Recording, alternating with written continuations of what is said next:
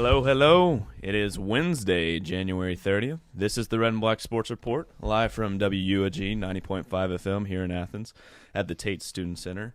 I'm your host, Quinn Van Hooser, and I'm joined by my fellow co-hosts, Collin and then the man in the back studio, Mayan Patel. Mayan's our radio board guy. He's the technical guy. He gets it all, makes us sound pretty today.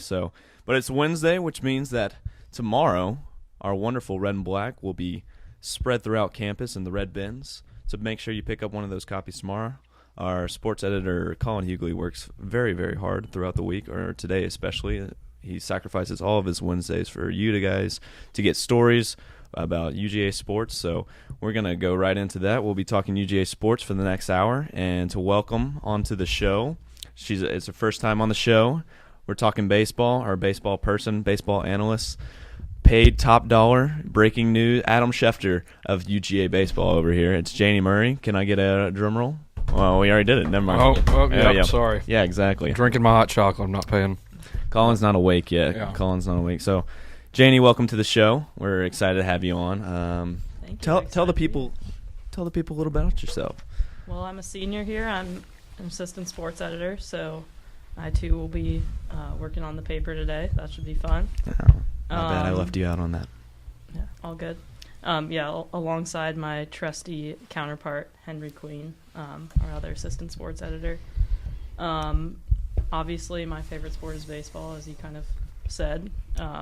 Just love learning everything about it. So that's why I'll be covering baseball for the second year this season. It should be another fun season coming up. So people can't see it, but you're a huge Cubs fan for the most part. Right, that's where your loyalties lie, at least. Right. So that's the biggest thing. But all right, so just a little bit more about your journalism experience in covering sports. What's some of the biggest events that you've covered other than baseball, or covering for baseball last semester? Yeah, so I covered football this past fall. So biggest game I covered was the SEC championship game. Collin and I covered that. It was a great time. Probably my favorite stories I've written too, just because the storylines kind of wrote themselves from that game, obviously. A crazy ending and lots of great stories came out of that. So that was a fun game to cover and great experience. Gotcha. Well, Janey's, unlike all the rest of our guests who have classes normally and have to dip out, mainly Jed and Michael for the most part, Janey's here with us for the entire show this time. So she's going to go through with us, and we'll talk a little bit baseball here, UGA baseball coming up. But we'll open up with our first segment with UGA by the numbers. It's a new segment that we're introducing, and we just went through. Took about 20 minutes out of our week, so you're welcome for that. Sacrificing that, doing that dirty work, doing the stuff that no one really wants to do, and we're finding interesting stats and numbers and rankings for a few teams all throughout UGA that we found interesting. So we'll kick it off with starting with stating just a few stats from each team, and then we'll go into a little bit more. So first numbers we got so far for UGA by the numbers, brought to you by UGA by the numbers. 70.6% and 32. And if you're guessing what sport and what team that was men's basketball. 70.6% representing the men's basketball shooting percentage against Texas on Saturday. From the 3-point line. From the 3-point line, yes. 3-point shooting percentage. It was the best shooting percentage and shooting performance that they've had all year against Texas. And then our script isn't even updated from last night's game, but 29.2 from behind the line. Mine's over here. He's reading off the stats for me early in the morning. I definitely wrote these stats out yesterday. But then 32 representing Tyree Crump played 32 minutes the game Saturday. It was his second start of the season. It's the longest amount of time he's played this season. He got the start for the second time. But Tyree Crump definitely stepping into a larger role on Saturday and then representing a little bit more. But were you guys watching the men's basketball game yesterday as well with Arkansas?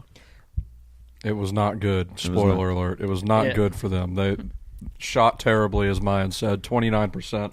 I believe it was the same percentage from the 3-point line. Yep. Tyree Crump, who was 6 for 8 against Texas, was phenomenal, was 3 for 11 from behind the 3-point line against Arkansas, 3 for 13 from the field.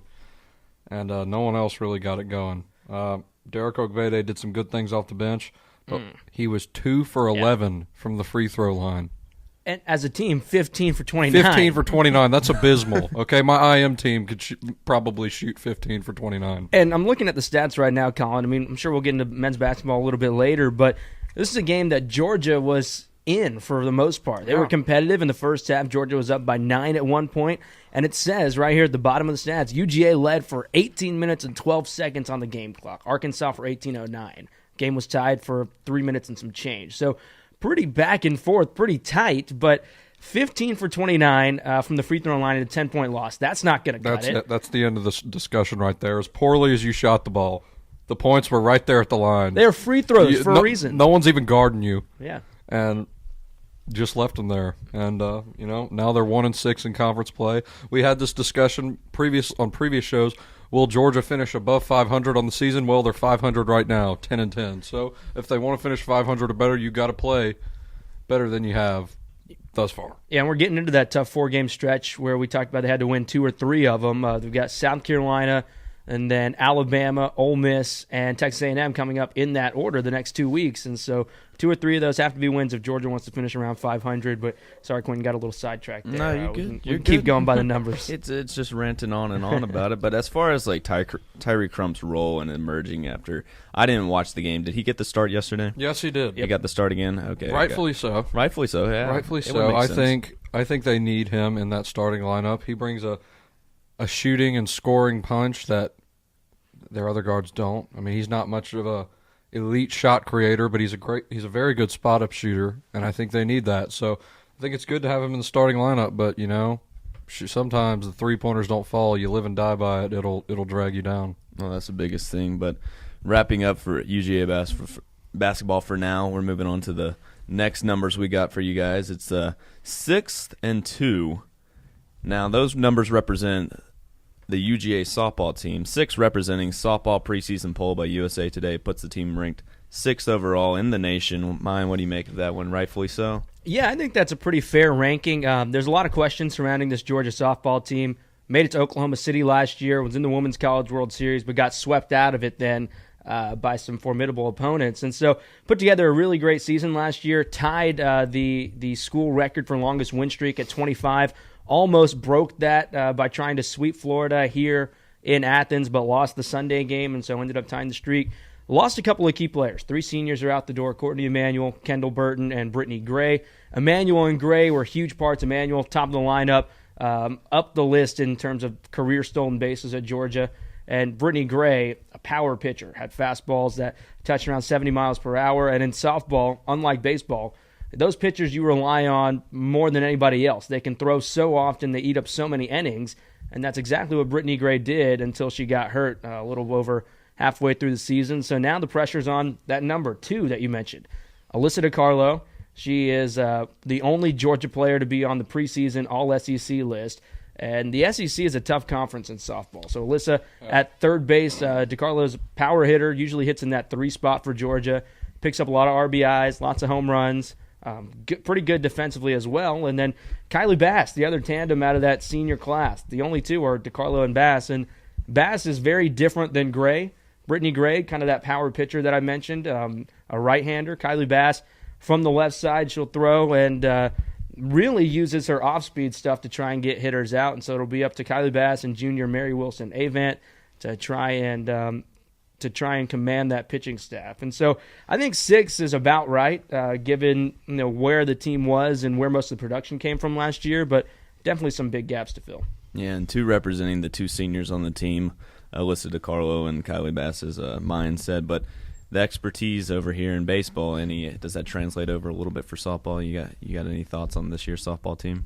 I mean, I think they should be set up for success again. They've still got Mary Wilson Avant, who was a big part of their success after Brittany Gray went down with that injury. So I would say I'd be more sure about their success than the baseball team, because I think they lost fewer key players. Yeah. And yeah, I could see them going back to Oklahoma City. Oh, yeah, kind of sticking with the Diamond Sports. Well, we've got Janey here. There's another number that kind of sticks out at me looking at the baseball team, 317. Georgia lost 3 players on the baseball team that hit 317 or better. Yeah. The top 3 offensive players. Marshall White had a great story up earlier this week at redandblack.com about how to try and fill that production, who's going to have to step up. But, you're looking at the two diamond sports, baseball and softball. There's pieces that are still there, but there are definitely some key elements that are out the door.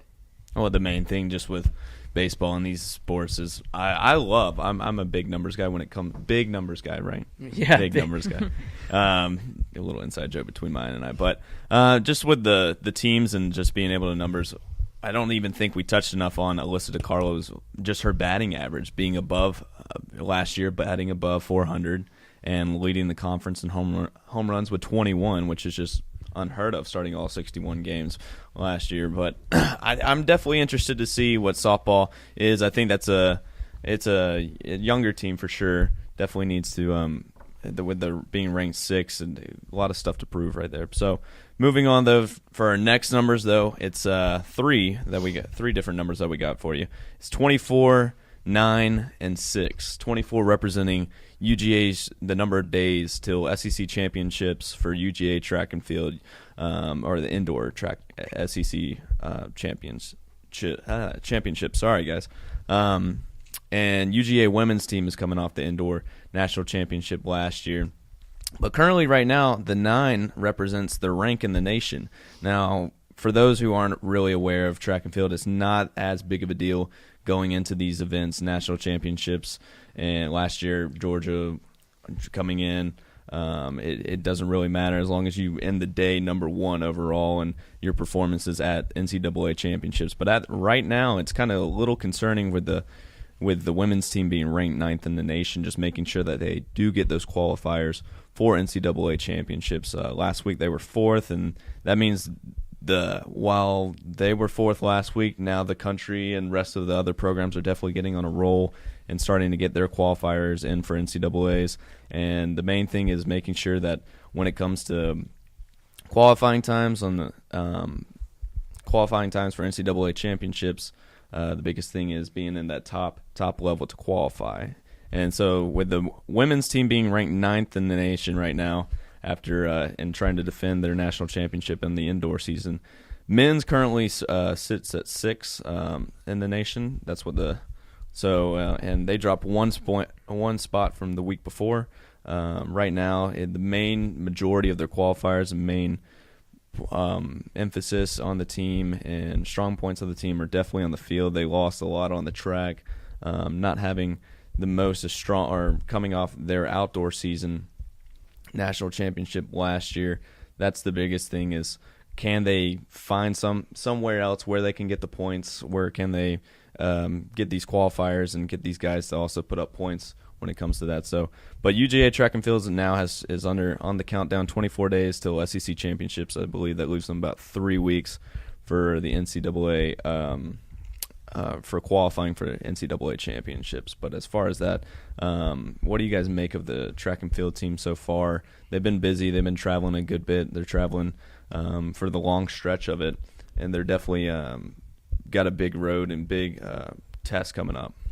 Yeah, been at Clemson the past couple of weekends. Yeah. Clemson, one of the only indoor tracks in the South, and so that's why they make their way over there in South Carolina. This weekend, tomorrow morning, chartering a flight out to Lincoln, Nebraska to compete for the weekend.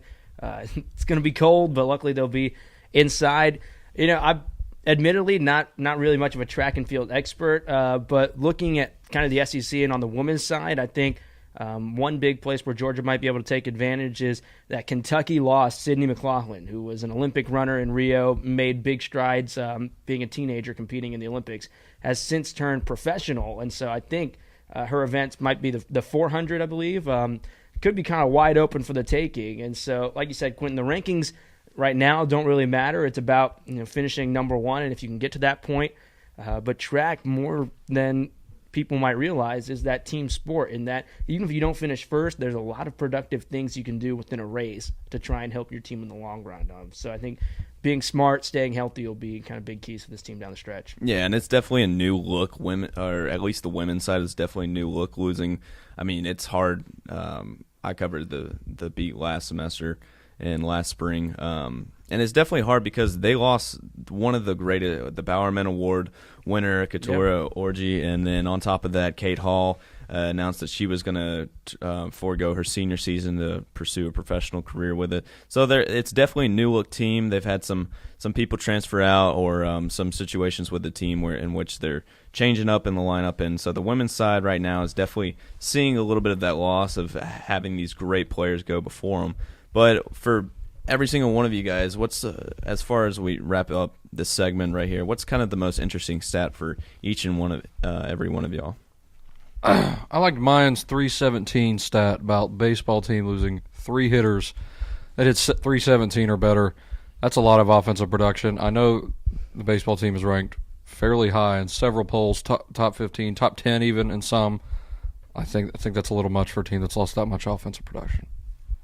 Yeah, I've got to agree there, and I'm really that's the thing I'm most interested to see, how they respond to that. Because do you think the ranking's a little too high at the moment? I think at least the D1 baseball one that had them at 9 was I would like to know, and I listened to their podcast a little bit to kind of hear their thinking, but I would like to know a little bit more of why they think they can replace that. So the easily. D1 podcast, that's what you listen? Yeah, What are some of the things that they're saying and that you're hearing from them? I mean, they talked pretty briefly about Georgia because they were kind of going through everyone, but they just seem to think that Georgia still has some great hitters that can kind of spread that out, and their pitching staff is still so strong that they'll be able to kind of carry over with maybe less offensive power, but better rotation. So we'll see. Mine, what's your number? What's your stat that you're thinking is most important? Well, mine's kind of twofold with men's basketball this past week. 26 and then 29.2. On Saturday, putting up 90 points and a 10-point win against Texas despite 26 turnovers. This team turned the ball over, I think, 16 times again last night. And then after shooting 71% from behind the line on Saturday, 29.2% yesterday. So I think it's really just kind of living proof of what we've been saying the past couple of weeks with our beat writers that have rotated in and talking about it. Tom Crean's brought in this system, this offensive system where he's not afraid to let the guys shoot 60 shots a game, take 33s, but they're going to live and die by whether 15, 17 of those go in or 3 of them go in. And I think that's kind of what you're seeing in the disparity in the points, where it goes from putting up 100 to putting up 60 against pretty evenly stacked opponents. Yeah. Well, mine's wrapping it up with us with his final stat of the week. We'll hopefully bring you some more interesting numbers. UGA by the Numbers brought to you by UGA by the Numbers. We're open for sponsorships. That's right. Anytime. Yes, we will take money dollars. Without a doubt. Collin will. Right. As long as we can figure out a way to not be taxed on it. That's the biggest thing. So that leads us into our next segment with the editor's marks. Collin. Oh, hey, that's me. Oh, yeah. Okay. Yeah, you looked down. He was a little confused with it. Yeah. Mayan has made a perfect transition. This is where I get nitpicky about one game, team, something. He mentioned all of the pitfalls the Georgia basketball team faced last night. Well, I'm not ready to deem them I take this term seriously when I deem someone a bad team. But generally in sports, bad teams continuously find different ways to lose games, right? So one night it'll be the turnovers. One night it'll be because you can't score. And that one's happened several times. That was kind of an issue last night. But when you brick 14 of 29 free throws, that is definitely a new way to lose. You're treading into that dangerous territory. Georgia guarded well last night, I thought. But when you leave that many points at the line, that's unfortunate. You let a game on the road get away, one that you really needed to win. So that's what I'm getting nitpicky about is when Georgia has shown so much promise offensively against Texas, you turn around and lay this egg against Arkansas in the very next game. So that's what I'm getting nitpicky about. Yeah, you know what's crazy about all that? You said it earlier at the top, Collin, that one of your veteran guys, Derek Ogbede, misses 9 by himself, 2 of 11 at the line. That can't happen if you want to win games or if you want to finish around 500. That can't happen if you want a guy to stay on the floor, frankly. We've all heard of hack-a-shack, or where teams used to foul DeAndre Jordan just to catch back up to the Clippers or whatever. You can't have that. You can't have 2 for 11. That's DeAndre Jordan. Have you seen his new shooting routine? He learned how to shoot free throws. DeAndre Jordan is much improved in that area, which means I guess Derek Ogbede, a fellow southpaw, can also improve, but that's not going to fly. You see how DeAndre Jordan fixed that though? just before he gets to the line, he just starts talking to jabbing and jawing with whatever teammate, and then he immediately goes right in shooting as the free throw. Maybe that's the key. Maybe he Might needs be to the talk key more. right there. Yeah. He needs to definitely take some notes on that. I mean, the man's getting paid the big bucks. So, well, that's the editor's marks brought to you by Collin Hughley. More sponsorships still welcome, very welcome. So that'll lead us a little bit more into our weekly news update, where we'll just try and give you as much of the rundown on as many UGA sports as we can, and kind of spring's loaded with these teams. So a bunch of teams are. How many we got at this moment? We got plenty, too many at this point. But that starts off with our weekly news on. Let's start it off with women's basketball, with their loss to Alabama on Sunday at Stegman, 58-53. As far as the game goes, what are you guys' main takeaways from that game? I was with Collin and Janey when that one went final, and Collin gets the game stories from our beat writers that were there.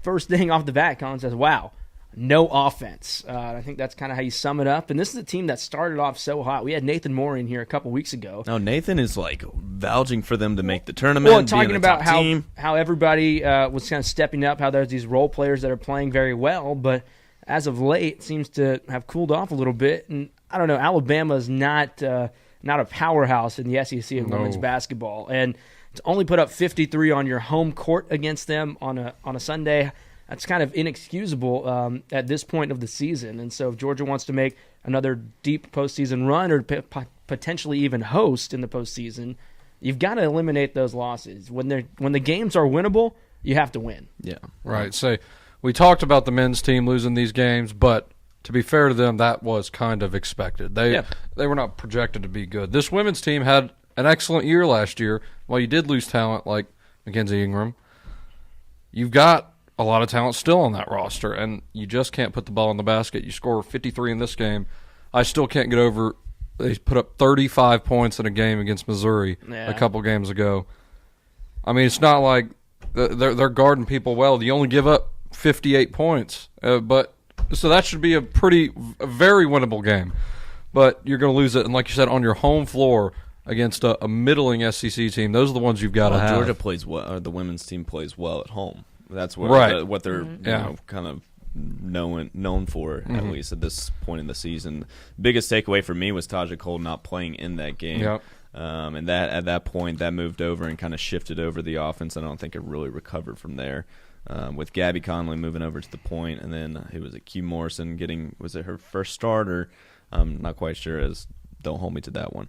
But as she was definitely coming in and moved over to the 2 spot. So then we're moving on to next team we got up is men's tennis. This past weekend they were up in Ann Arbor at the ITA kickoff. But the problem was after we talked about it last week and how we were thinking that it might be a bounce back year, it's not proven so likely so far. After they lost their first 2 matches of the year. First one on Friday, number 11 Baylor. They lost that one 2-4, and then on Saturday, NC State 3-4. So, what are y'all's takeaways? Collin, you're the tennis guy. Were you surprised by this at all? Yes, I was. I pegged the men's tennis team last week as one that I expected to have a nice bounce back year, and they still could. When I covered them 2 years ago, early in the season, they had a stretch where I think they lost 5 matches in a row at one point, which had not happened, I don't think, ever in program history before that point, and they turned out to make the Final Four at the end of the season. So it's definitely far from time to stick a fork in them, but yes, I was very surprised. I expected them. Baylor's a very good team, but that NC State loss did surprise me. I expected them to win that match, but we'll see. What's that mean going forward, though, as far as qualifications for the ITA Indoor National Championships?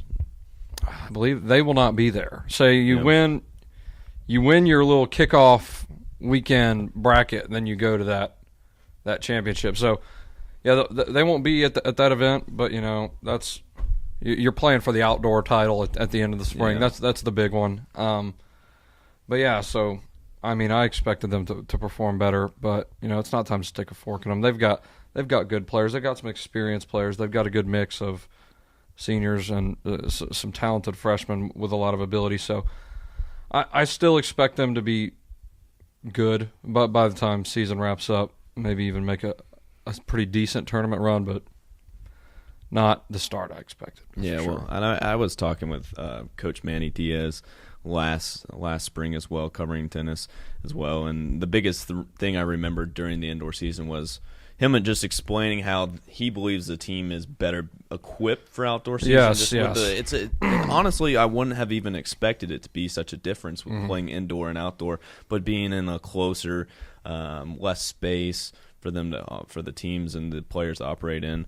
That was one of the bigger takeaways and why he believes that they're better equipped for outdoor season anyway. So it's definitely not a showing of what this team will be, and it's just a little bump in the road, I believe. But Georgia came into that one ranked number 12, so that's where the Baylor matchup was the most interesting for me, at least. Yeah, so they've echoed those sentiments to me about thinking they're better outdoors, but yeah, even in this indoor season, you're still trying to figure out the lineup that works best and all. So there's a lot of experimentation that goes into that. So we'll see. Yeah, but the results have mirrored their thoughts that they're a better team outdoors, and they have performed better there. So yeah, and the one of the lineup changes that you mentioned, or one of the lineup changes right there was Walker Duncan, and he'd been out all since the Ohio State match or Texas A&M match last March. Really hadn't been had been dealing with a back injury the entire time, but he's back this weekend, and he on the first match against Baylor, he paired up with Philip Henning, freshman, the new guy on campus as of this semester, for the doubles in both matches, and then in singles, he made it back in the lineup for the singles matchup against NC State. As far as that going forward, though, that leads us to women's tennis, and quite on the contrary, right there, they do punch their ticket to the ITA national team indoors. They were hosting here in Athens and defeated USF, University of South Florida 5-2, and then Kansas State 7-0. Quite the opposite to the men's. Definitely home. I guess court advantage at that point. Yeah, home court advantage. So they'll head to Washington on the weekend of February 8th. And moving on to equestrian, though, we've got, after back-to-back SEC titles, this is a definite down year. Why is that mine?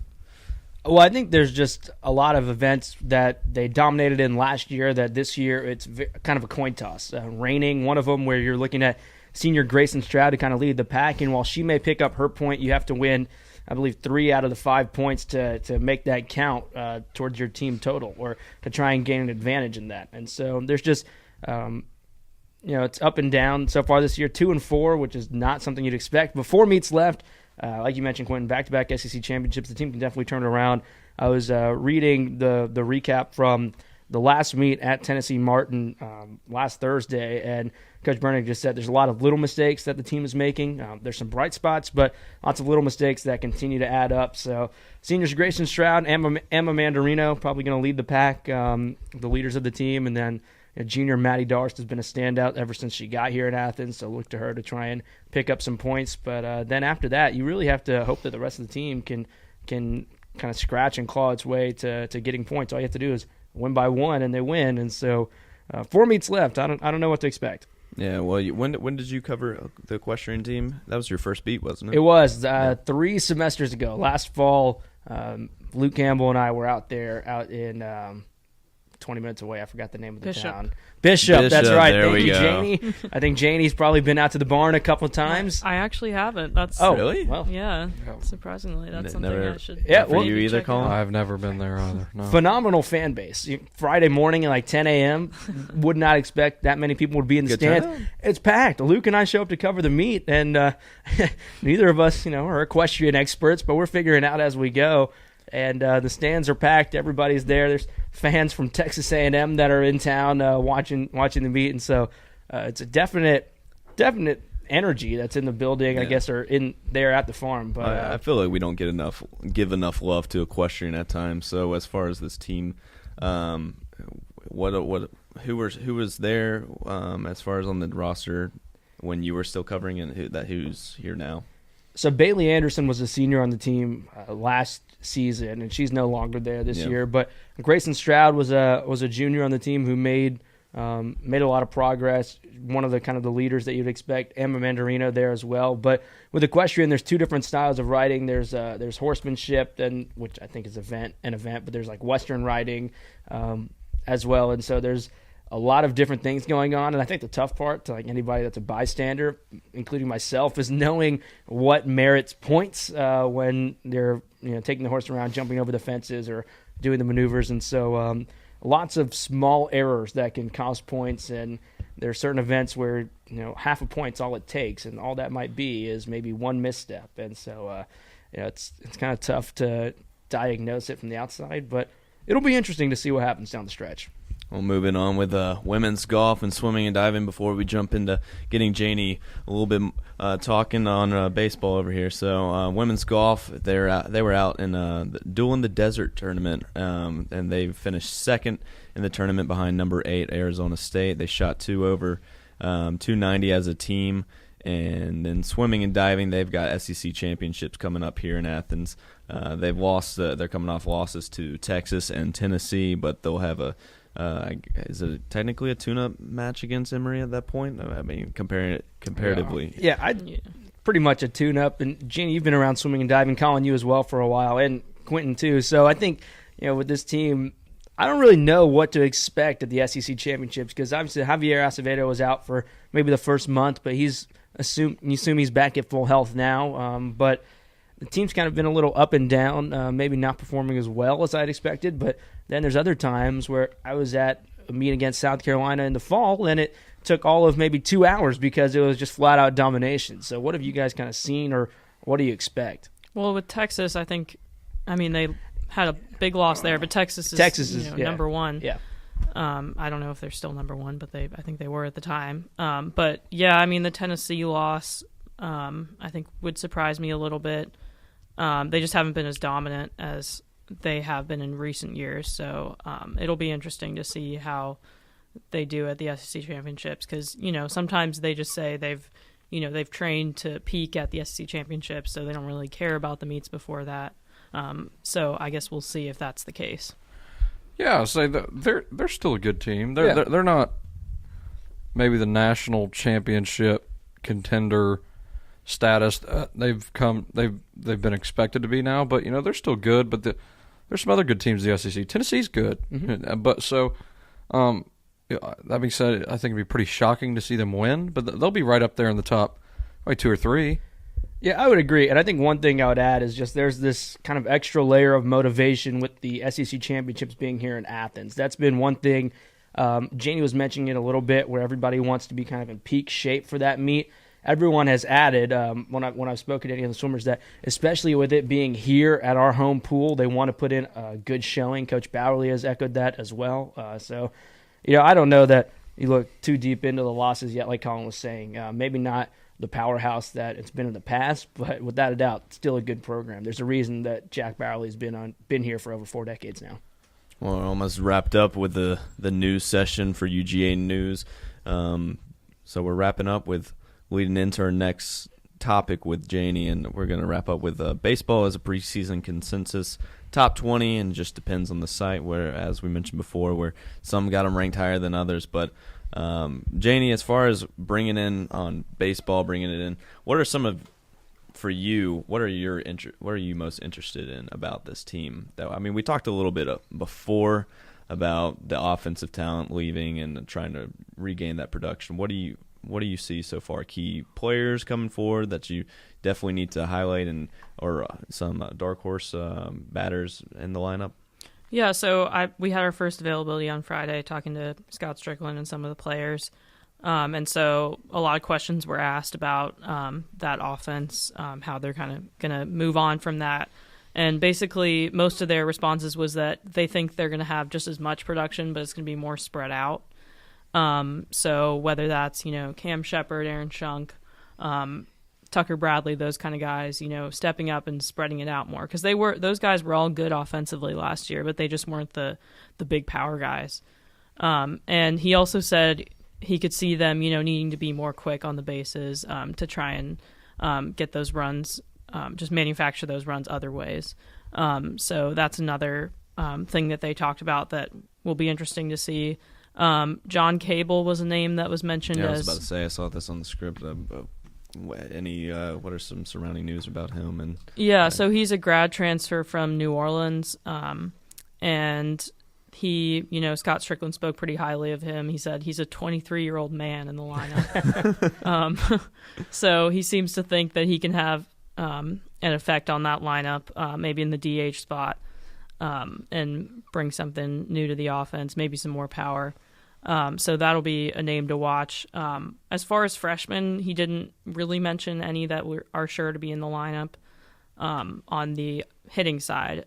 So I guess we'll see with that. But most of the lineup, outfield maybe, there could be some spots open, but there are some guys that were kind of shuffling in and out that I think will take over those spots. And Michael Curry was usually in the DH spot, so John Kay will probably fill that spot. And then there would just be Keegan McGovern's spot up in the outfield. Patrick Sullivan take over at first base for Adam Sasser.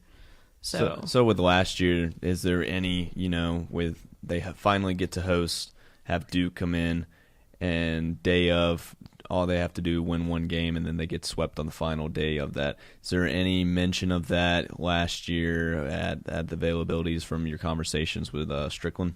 Yeah, so I asked him about that a little bit, just how they moved on from that and what kind of their reaction was. And he said, I wasn't sure how they were going to react after, but I couldn't sleep. I couldn't sleep that night. It was really affecting me. And he said he was impressed with how they reacted. They were all, days later, they walked in looking tired. They couldn't, they were really upset about it. But he said, in a way, it kind of raises the bar for this year because, you really need to get to that point at least, or it's going to be probably a disappointment.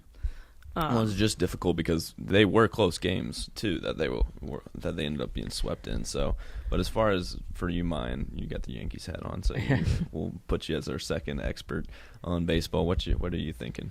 Well, I agree with Janey. I think the big question will be offensively. Who's going to fill that void? And Janey said how Coach Strickland and the rest of the staff talked about how it'll be a little bit spread out, but I don't know. Those guys that Janey was talking about, like Cam Shepard, Shunk, L.J. Talley, they played well last year, but none of them hit 317 or better. And so I get that production will be spread out and you might find it from other guys, but are you going to find three guys that put together that kind of season? Are you going to have a guy that hits around 20 home runs? Are you going to have that constant DH who most of the time you can count on to pick up the RBIs when they're out there? So that's kind of tough. That's not something that's necessarily a given. With Patrick Sullivan coming in at first base, he platooned a lot last year with Sasser. He would come in late in the games, mainly as a defensive replacement, but then at the plate, not as much time there. And maybe there's a reason he wasn't there offensively. Maybe it's because Sasser hit 317, and so I don't know. I think it's tough to say what the team will do offensively. One thing that just comes to my mind is that there are a lot more questions than there are answers about this team. You mentioned that it's consensus, kind of a top 20 program, depending on the site that you look at. But I think somewhere in that 15 to 20 range is pretty appropriate given what Georgia lost. I don't agree with that number 9 ranking right now because number 9 is the seed that Georgia was given going into the postseason, why they were able to host a regional. And so, I want to see what these guys do, especially in the non-conference games at first because – man, the SEC is tough. Without a doubt, the best conference for college baseball. You've got two teams in the SEC East that are top programs, Vanderbilt and Florida. And then the SEC West is just loaded with LSU, Arkansas, Ole Miss, wherever you look. Yeah, Arkansas playing in last year's World Series. Exactly. And so, once you get to conference play, there is no easy game.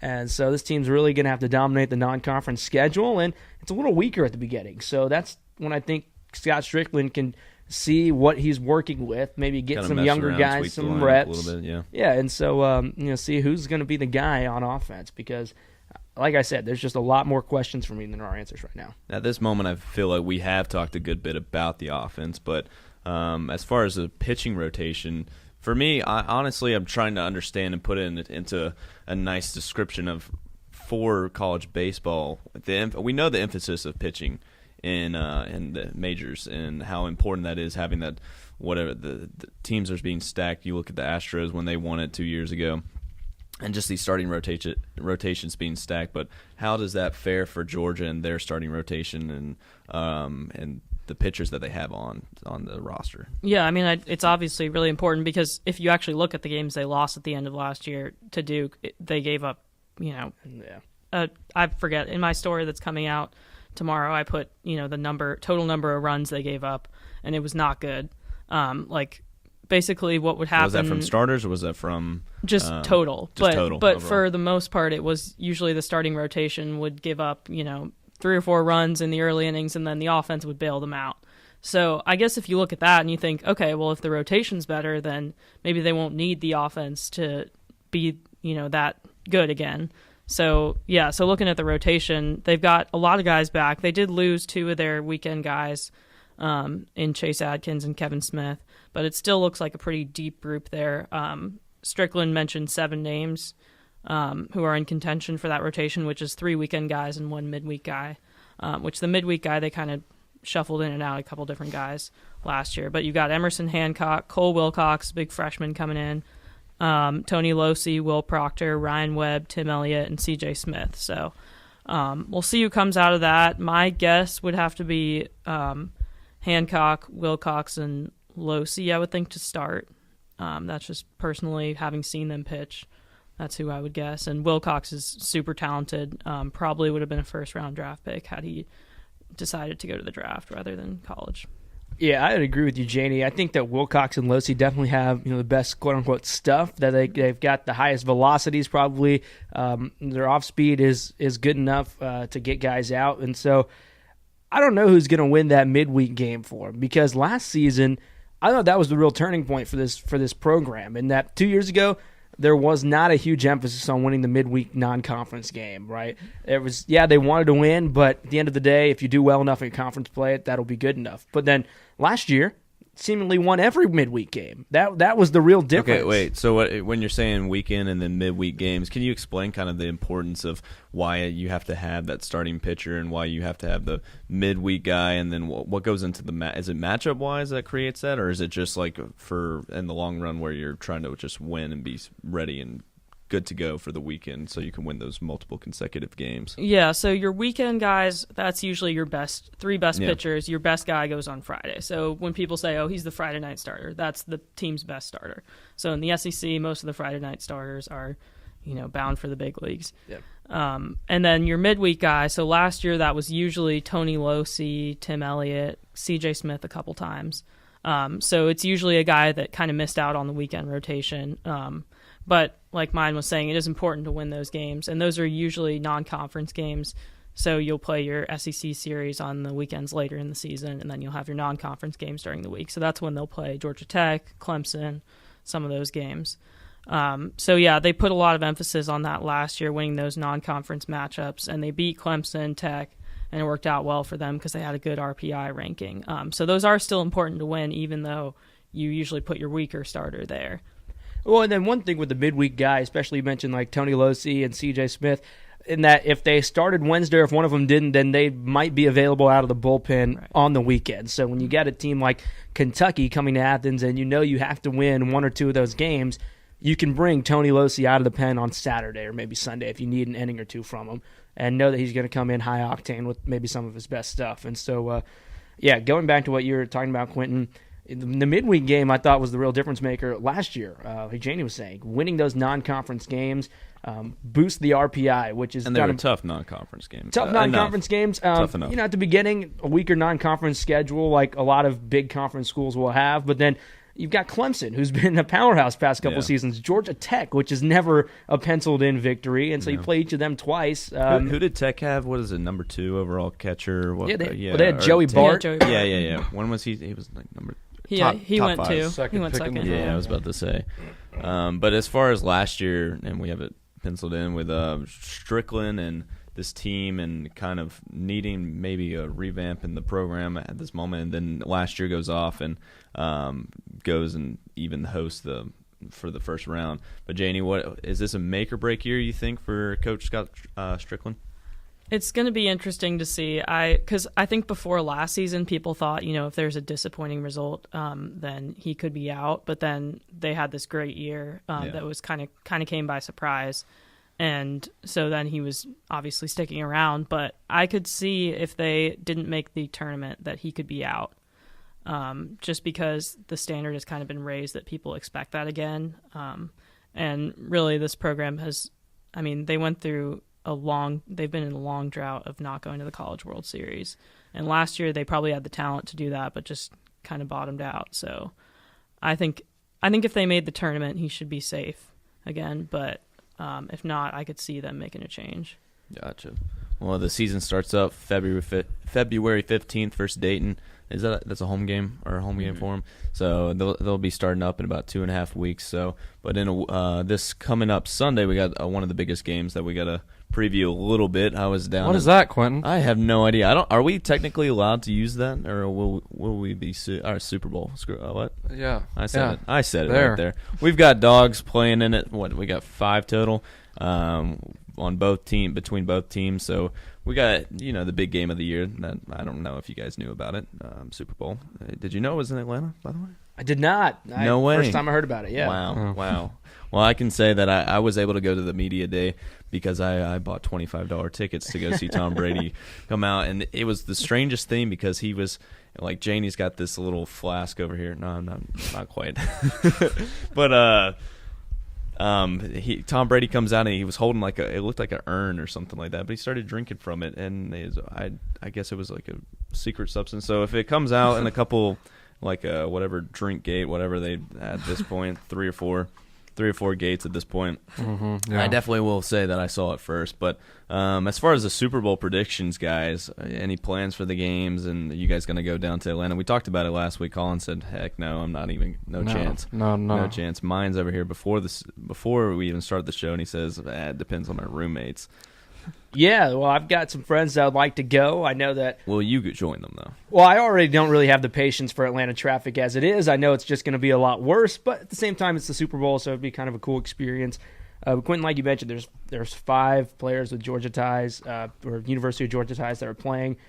2 big running backs, Sonny Michel and Todd Gurley. Yeah, that's the biggest story. That has been a huge story this week. At media availability, Todd Gurley, Sonny Michel, each of them got asked maybe 1,000 questions, give or take, on that and what Georgia meant to him. Bill Belichick got quoted saying that Kirby Smart's building up a program that's feeding in great NFL talent, and so Georgia football's already taking that, plastered it all over social media, and so. We mentioned a lot of press going for UGA at this moment. And we talked about that a little bit last week and how having these 2 running backs in this game really helps solidify and headline Georgia as RBU and how multiple talented guys can come be on the roster at the same time. Collin made a great point in saying that you don't want to run all of the mileage off your tires at once. So if you can come split reps with another good back, why wouldn't you? And so, I think that sets up for pretty good storylines this week. For Sonny Michel, you said it a little bit last week, Quentin. I mean, he's playing 3 big games in a row at Mercedes-Benz Stadium, last year's SEC championship, the national championship last season, and now the Super Bowl. And so we'll see if he can sort of get some version of redemption for the national championship by winning the biggest game in football. So, I don't know. It's going to be a good game, I think. I would hope as a neutral bystander that it's going to be a good game, that it's not a blowout. Sonny Michel and Todd Gurley, I think, will both have pretty big pieces in it. So is that your keys to the or main storylines for the game that you're thinking both running backs will do well in it? At least UGA running backs. I think so. I think both will have productive games and at least get into the end zone at minimum a time each. Todd Gurley, I'm interested to see how he is used. He didn't play a ton last week. He was out the entire third quarter. So maybe he'll be 100% ready to go, but everybody knows what kind of a weapon he is when he's fully healthy and ready to go. And with Sonny Michel, I don't think anybody expected this kind of a season out of him. Expected him to be maybe a role player, and he's turned into a star for this Patriots team. And without him, they honestly probably couldn't be where they are right now. And so I think it'll shape up for a good game, but I don't know, at the end, it's hard for me to pick against Tom Brady as much as I, might not want to say he's going to win his 6th ring. I think he's going to win his 6th ring. Yeah, enough with the storylines. So you're predicting Tom Brady. What are y'all's predictions so far for this? What are y'all's thinking? Some keys for each team for to come away and win the Super Bowl. Well, it's hard for me to say that the Patriots are going to lose a 2nd straight Super Bowl, so I kind of got to go with them as well, just off of feel. Would you be willing to bet anything on that one?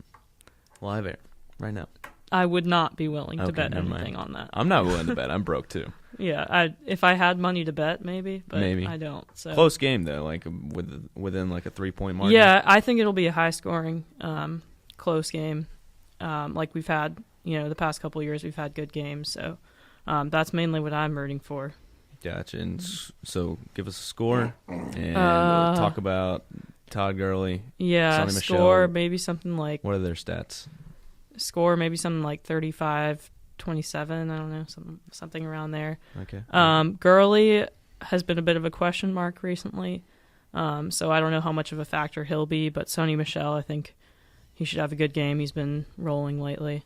Stats though, we need stats. We need Stats, need these numbers. I'll say over under 50 for Todd with the yardage. I'll go over Okay. 50. How many touchdowns? Maybe 1 for him. We'll go for 2 for Sony. Okay, I gotcha. I like that one. I think I had Sony going for a pair of TDs. Colin, what you got? I think we might have a sweep with the pick here. I like the Patriots. We're all going Patriots. This is quintessential Patriots right here because this year was all about the flashy offense, the new era of the NFL with Patrick Mahomes and Sean McVay.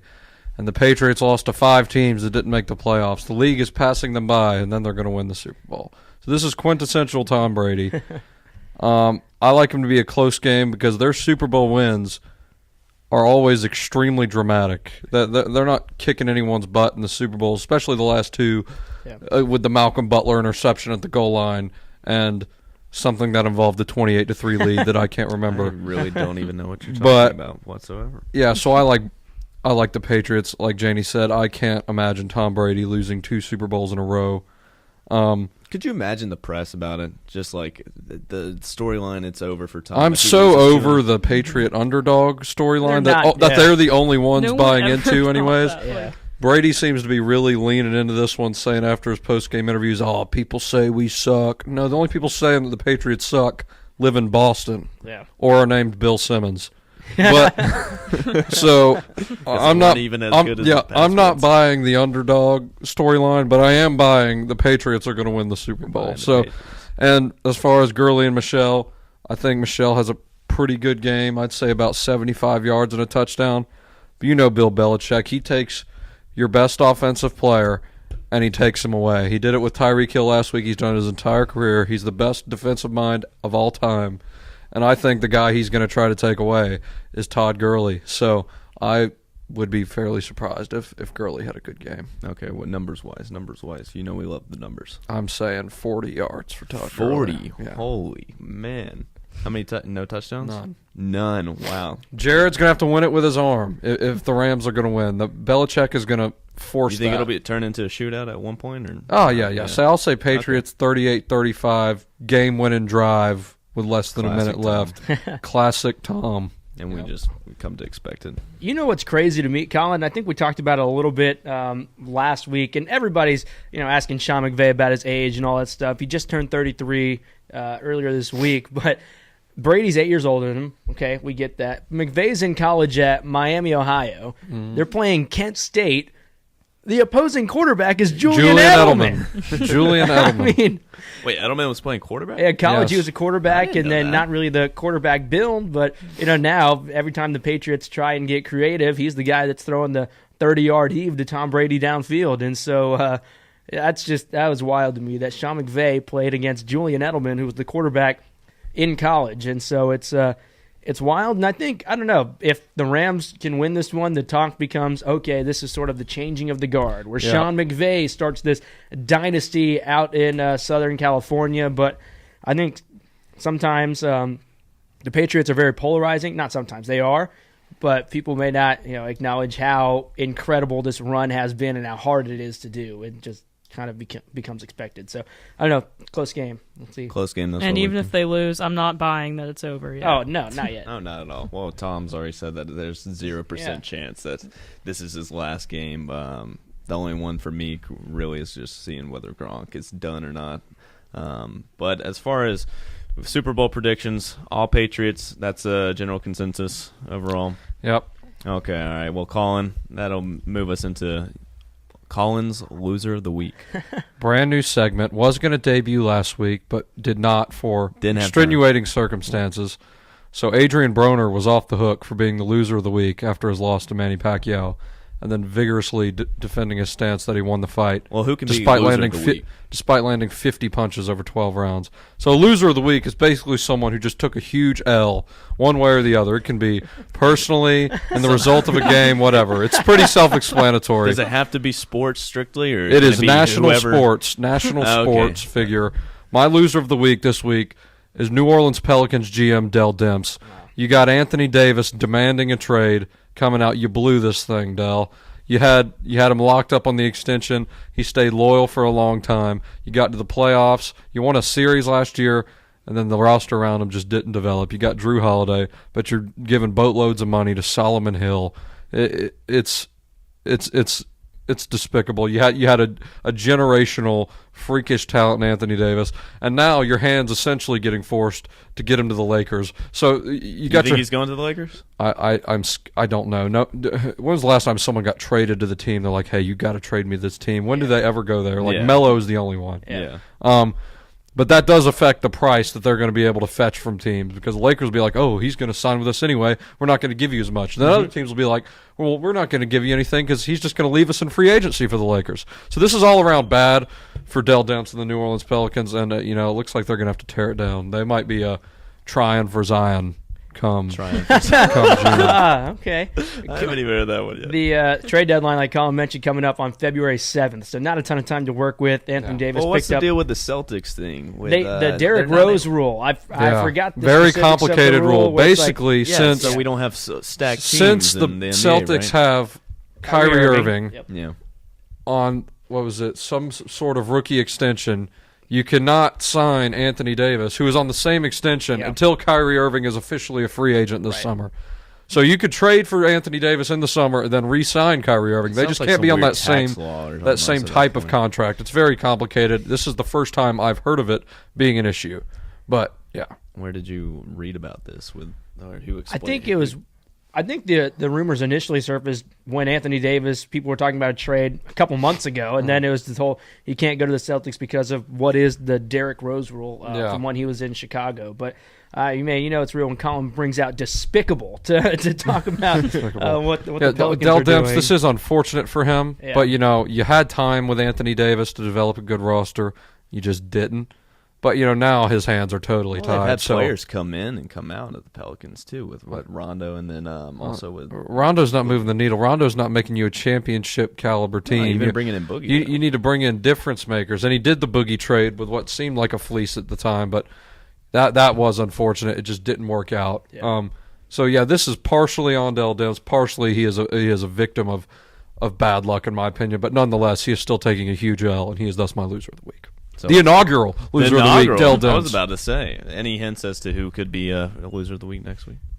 Already? See what happens this next week. I know, but did someone mess up your coffee? I mean, this morning? Could we just expand it to every day? No, Starbucks will not be the loser of the week. Well, hot chocolate. Howard Schultz might be the loser of the week. He's getting a lot of heat, but he's not a sports figure, and he is Starbucks related, but we'll see. We'll see next week, Quentin. Hopefully no one messes up or anything with the paper, though. But that's all we've got for you guys this week.